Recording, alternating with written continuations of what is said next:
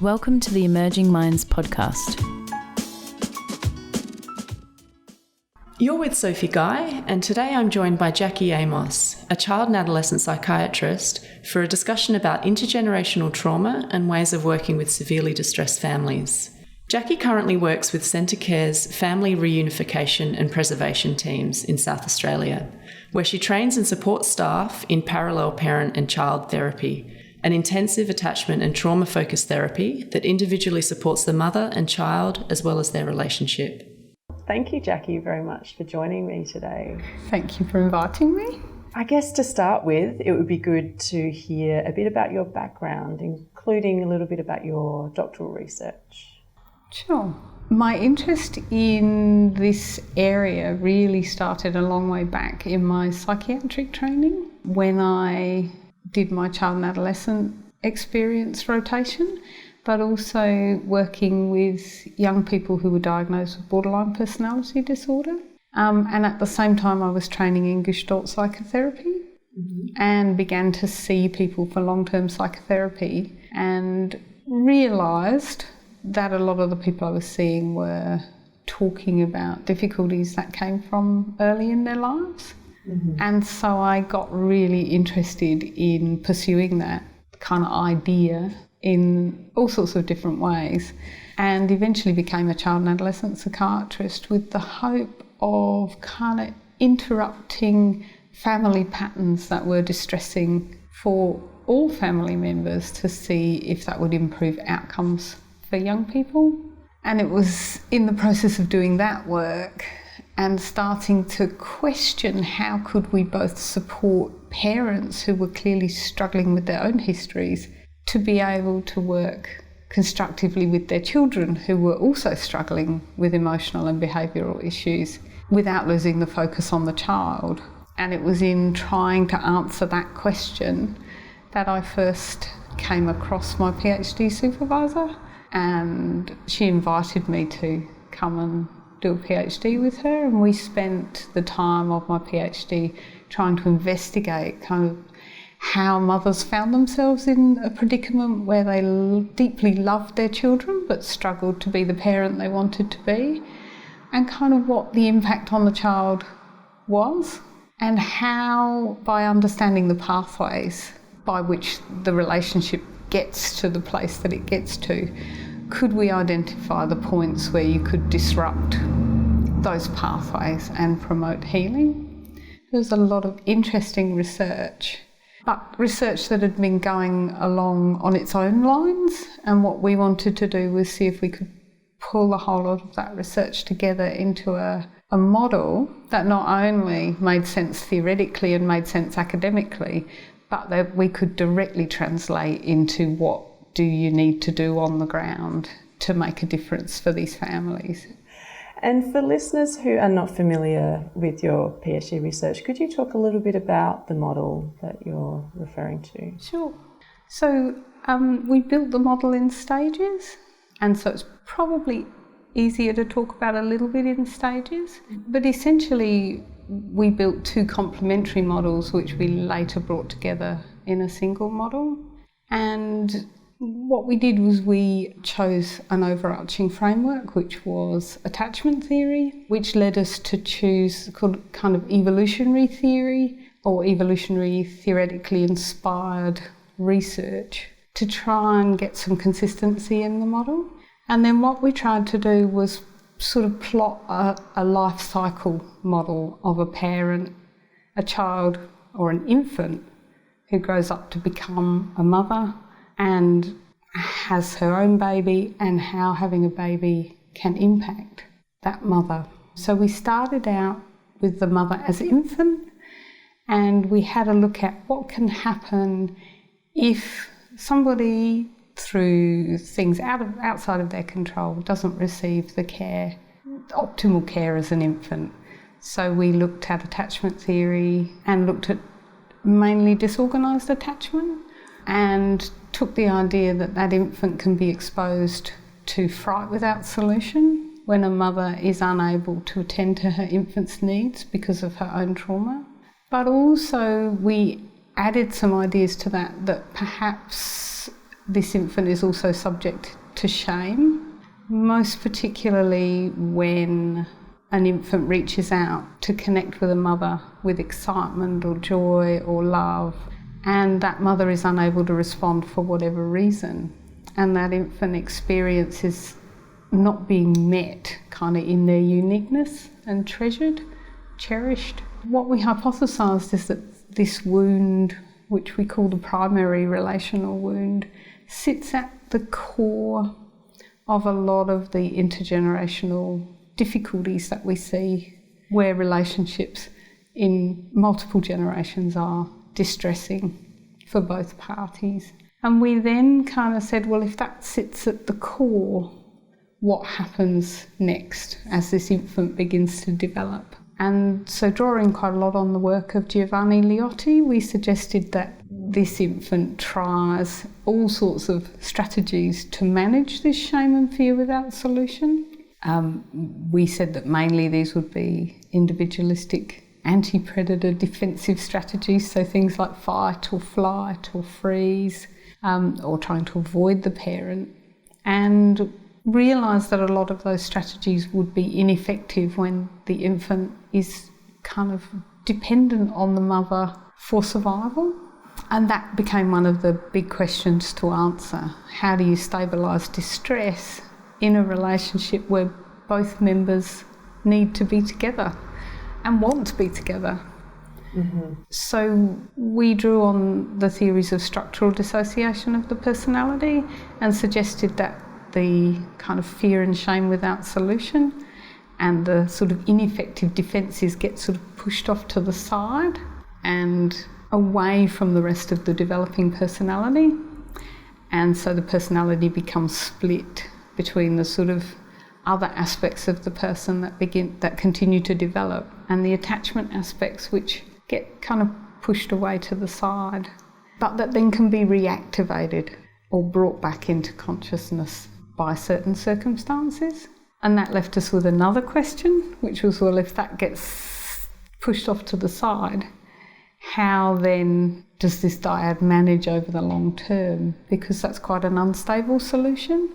Mm-hmm. Whenever that mother and child encounter further stressful situations, the attachment system's reactivated, and all of the kind of chaos that comes with fear and shame without solution and all the efforts to manage that are ineffective kind of flood consciousness.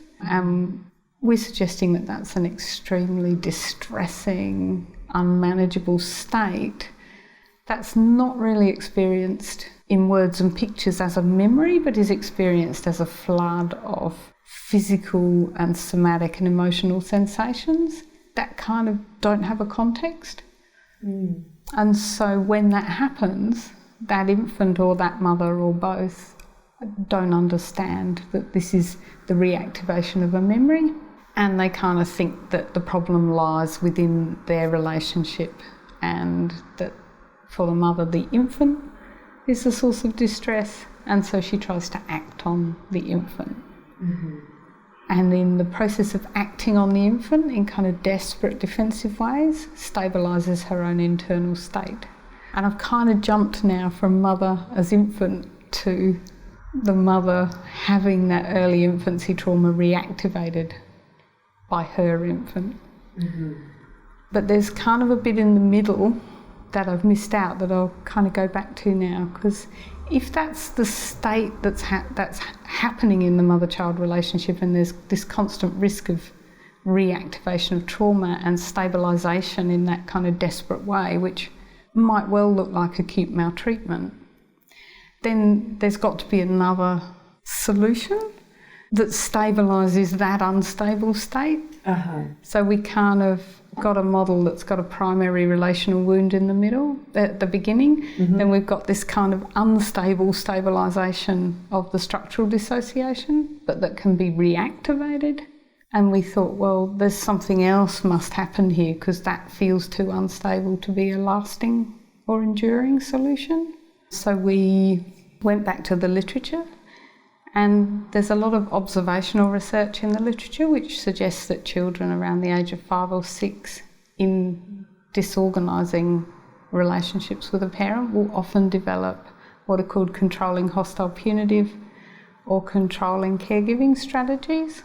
And there's also research that shows that adults who've come from those backgrounds can develop states of mind that are separated but kind of exist alongside each other, that are hostile or helpless. And that research looked compelling in terms of maybe this is the description of the solution, but what we couldn't find was a good explanation as to why that might be the solution. So we went back to the evolutionary theory literature and we discovered the work of Michael Chance, who talked about two different types of social styles or modes of interacting that can occur in nature, and they were called agonic mode and hedonic mode. And what caught our attention was in his description of agonic mode, he was talking about dominance and submission hierarchies being a way to stabilise group relationships where resources were in short supply. And we thought, we wondered if that could be a good explanation for these controlling hostile punitive and controlling caregiving or hostile and helpless states of mind that were in the observational research. And so we kind of added a layer to our research where we're suggesting that kind of dominance and submission hierarchies and appeasement become the way of stabilising the parent-child relationship. And the way they do that is by prescribing rigid roles, which increases predictability when kind of safety and togetherness and love are in short supply. So that was kind of the final stage of the model, and that set the scene for kind of thinking about, so what did that mean about treatment? Okay. Perhaps we will go from there. Maybe we need to come back to talk about the treatment, but perhaps you could talk a little bit now about the work you're currently doing with Centacare and how this model that you've developed in your research is informing that work. Sure. Yeah, I'm currently working in the Children's Services Unit in Centacare in South Australia. My role there is as a consultant to the teams who are working with families who've come to the attention of the Department of Child Protection. So we have early intervention services, we have family preservation services, we have reunification services. We provide help for parents who are struggling with drug use issues, and we also have a specialist reunification foster care program.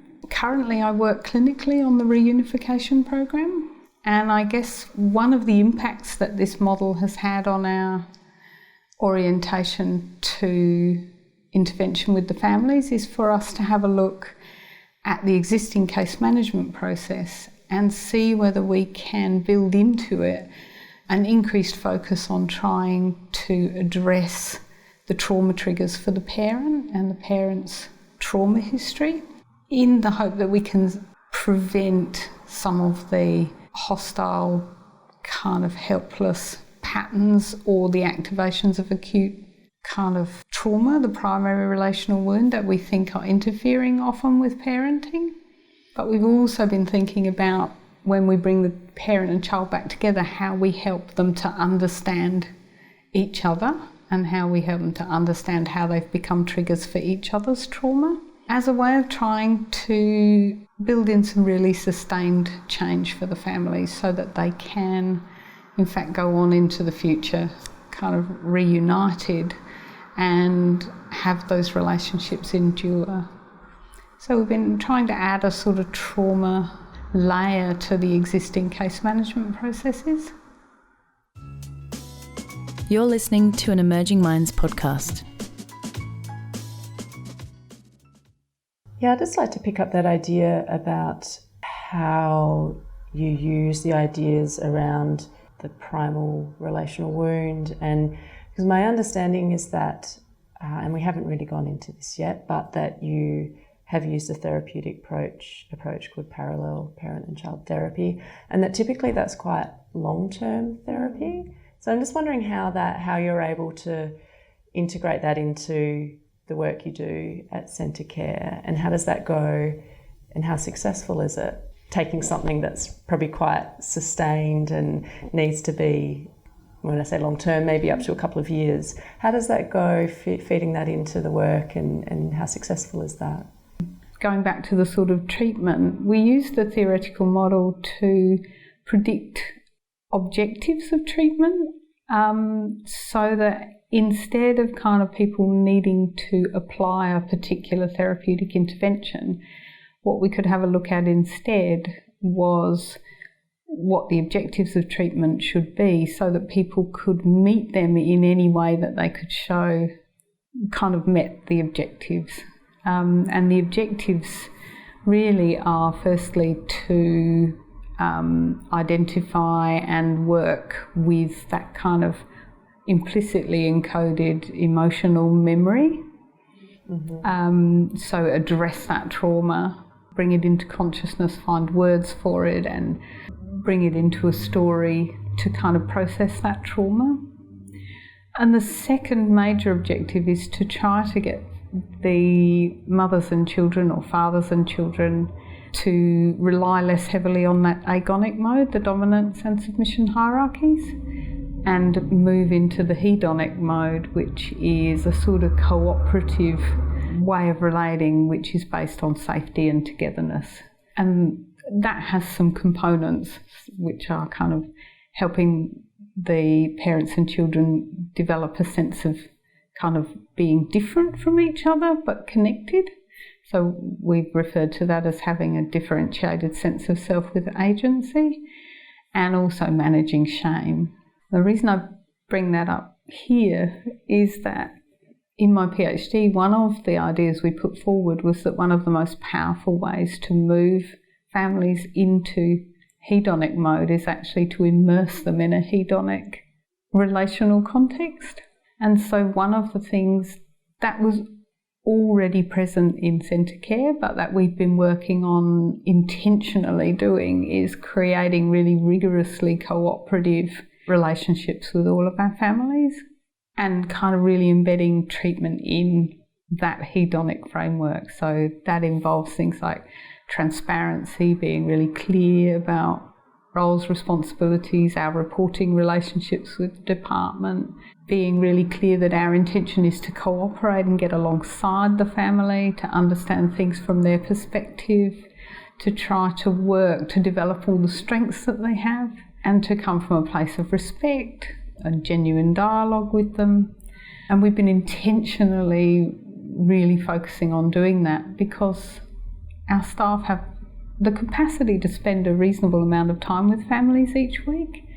So by embedding the family in that kind of cooperative relational matrix, if you like, a whole big chunk of the therapy is already happening. And then what we've added to that is, for families who are interested, we've added to that these other two components. So one of them is the adult exploration of attachment interview, where we would sit with a parent and explore how their experiences of being parented have influenced their parenting.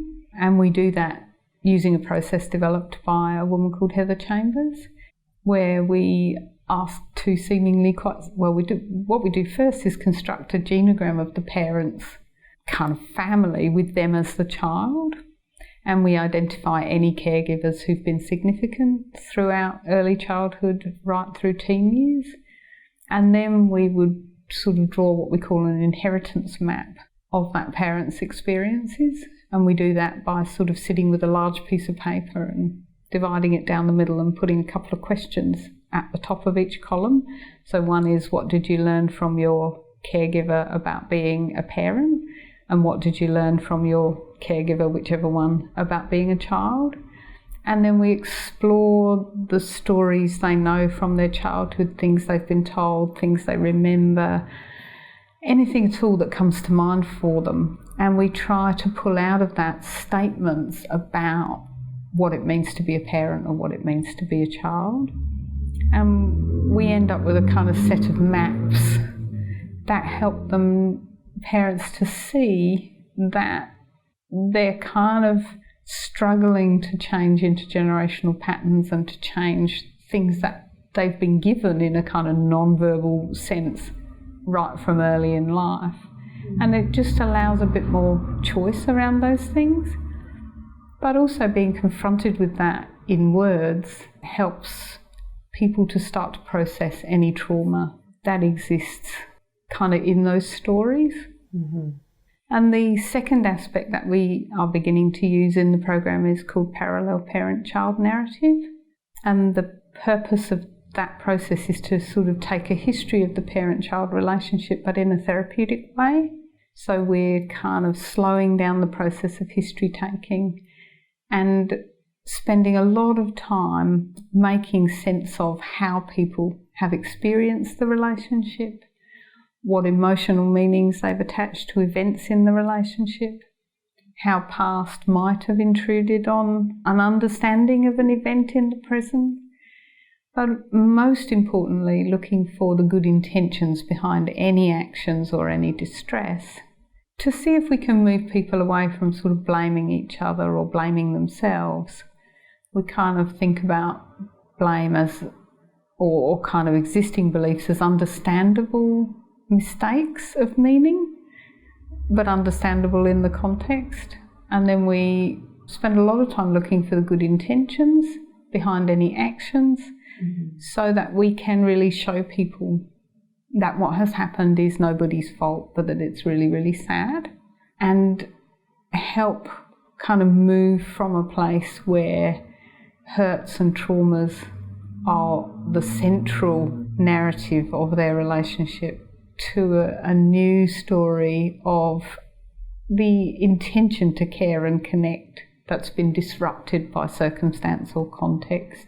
And part of that context is the internal context that the mother brings to parenting or the father brings to parenting, but also our families have often been surrounded by adversity in their external world too. So helping people to kind of just put the difficulties in their relationship into the broadest possible context.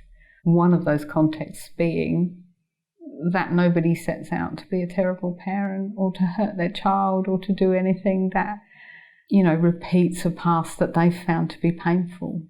But because a lot of what we've talked about, I'm not sure I really emphasised this at the beginning, is trauma that's not accessible to memory, that's pre-verbal, that's kind of hard to name and identify and label, this sort of implicitly encoded trauma. What we're trying to do is kind of get at that and show people that this is not a blame issue, it's an issue of forces that are in operation in the context, so that they can take a new story into the future. Okay. Reading a little bit and familiarising myself with your work and the idea of relational trauma, it sounds to me as though that could almost explain a lot of, you know, emotional behavioural problems. And I'm just wondering, how is relational trauma similar or different to what we might just call emotional and behavioural problems in kids? So emotional difficulties might in fact be being driven by anxieties that come from that early trauma, or shame. And when someone's flooded with those feelings and they don't have a kind of established or constructive way to deal with them, then that can result in things like aggression, which can get labelled as a disorder, or a child who's constantly battling anxiety and fear related to trauma that's occurred in a relationship, so which is triggered by the experience of relationship, can look disorganised and chaotic and a bit ADHD. And it's not to say that there isn't such a thing as ADHD, it's just to say that as research continues to build in this area, we have to ask a question as to whether what this child might be experiencing is the effects of relational trauma, or is it something else? So things like if a child becomes distressed or an infant becomes distressed, the parent becoming distressed as well instead of being able to soothe the infant, or dismissing the infant's distress, or mocking or teasing, or kind of both wanting to soothe but being frightened of the infant. So they can be quite subtle things, but it's the accumulation of many, many moments of kind of mismatch that can lead to this kind of fear and shame that haven't been able to be managed or regulated or understood or given words. So yeah, it's about kind of saying there's possibly for some children something else going on here, and that it's the experience of being in relationship with others that is triggering. And if we can understand that, then we can approach the children differently. And I also wonder, because we're talking about highly, in your work anyway, I suppose, highly distressed examples, I suppose. And it seems to me as though this pattern can be going on in more and more diluted levels to explain a lot of, less severe or maybe more simple anxiety or emotional behavioural problems or mental illness. What do you think about that? Yeah, look, certainly having thought a lot about this in a different setting initially, in a CAM setting, but also working with some colleagues who use this model in private practice, that certainly a lot of these insecurities occur in more diluted forms in other families. And in particular, sort of rather than focusing totally on the disorganised attachment, there can be the more organised but anxiety-provoking forms of attachment. And certainly my colleagues, particularly who work in private practice, are finding that by thinking about families in this way and addressing that layer and changing the relationship, then a lot of the behaviours and emotional difficulties in both parent and child are being addressed. And, this is just one of a whole lot of developing approaches to working with relationships. I think what I like about it is we've got that kind of really robust theoretical model sitting underneath it. So it gives us a really good sense of why we're trying to do what we do. But I think there's quite a move in the field generally to thinking about working with relationships. We're social creatures. Relationships are really central to our development and our well-being throughout life.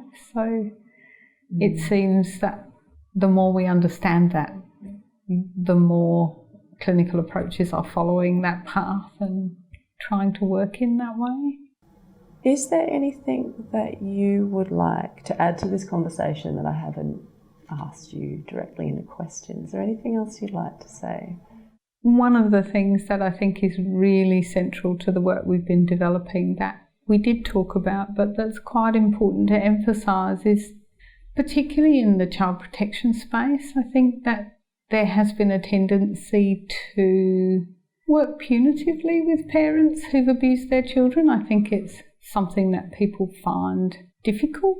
And I think one of the things that is most important about the implications of the work that we've developed is that there's no space for responding punitively to someone whose capacity to parent is being upended by their own experiences of trauma. And so it has given us a very solid theoretical reason for working with the utmost kindness and compassion, not just with the children who obviously need that too, but also to extend that to the parents. I think sometimes when we talk about putting the child at the centre or being child-focused, we can make it that it's either the child or the parent. And that, I think, is an understandable mistake, but not a helpful one. It kind of moves us into that agonic dominance and submission frame of working, because we're then saying the child has to be primary, therefore the parent can't be. And I think what this model suggests is that we need to sit in a really hedonic place where we say the child is central, and if we're going to heal this child's life, then we need to think about the parent, and they need to be also central in our thinking. The child's right to safety always comes first. But if we are looking to give children back to their parents, if we're not also thinking about the parent in the same kind and compassionate way, we're unlikely to provide the support for the parent that will bring them to a place where they can be effective parents for their children. So in an indirect way, that is still keeping the child at the centre. Well, I find this so fascinating. I could keep talking. Thank you so much, Jackie. It was really great, and I enjoyed our conversation, and thank you for coming in. It's a pleasure. Visit our website at www.emergingminds.com.au to access a range of resources to assist your practice.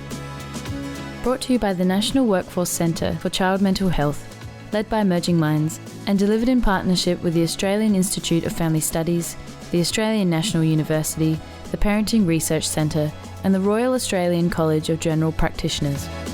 The National Workforce Centre for Child Mental Health is funded by the Australian Government Department of Health under the National Support for Child and Youth Mental Health Program.